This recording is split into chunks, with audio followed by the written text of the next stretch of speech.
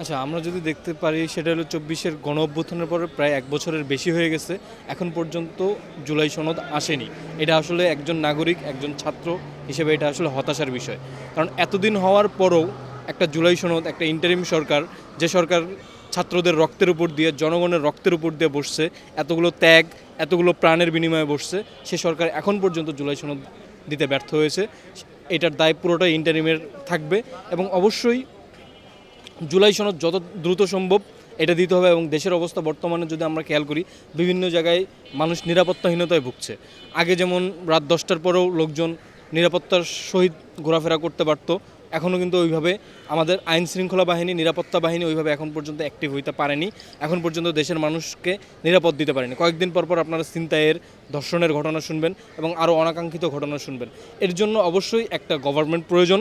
এর জন্য যত দ্রুত সম্ভব জুলাই সনদ দেওয়ার মাধ্যমে দ্রুত নির্বাচন দিয়ে দেওয়া দরকার সরকারকে। অবশ্যই একজন বিপ্লবী হিসাবে, একজন দেশের স্বার্থ হিসাবে আমরা যে জেনজি ছিলাম, আমরা কিন্তু একটা বিপ্লব করছি, দেশের মানুষকে ফেসিবাদ থেকে মুক্ত করেছি। সেই হিসাবে আমাদের অবশ্যই আগে জুলাই সনদ দরকার। জুলাই সনদের সাথে দ্রুত নির্বাচন দরকার, কারণ দেশের মানুষ এখন নিরাপত্তা পাচ্ছে না। একটা স্টেবল গভর্নমেন্ট আসলে দেশের একটা স্টেবল আসবে এবং আশা করি দেশের মানুষ নিরাপত্তা পাবে এবং ঠিকঠাক সব কিছু ফাংশন করবে।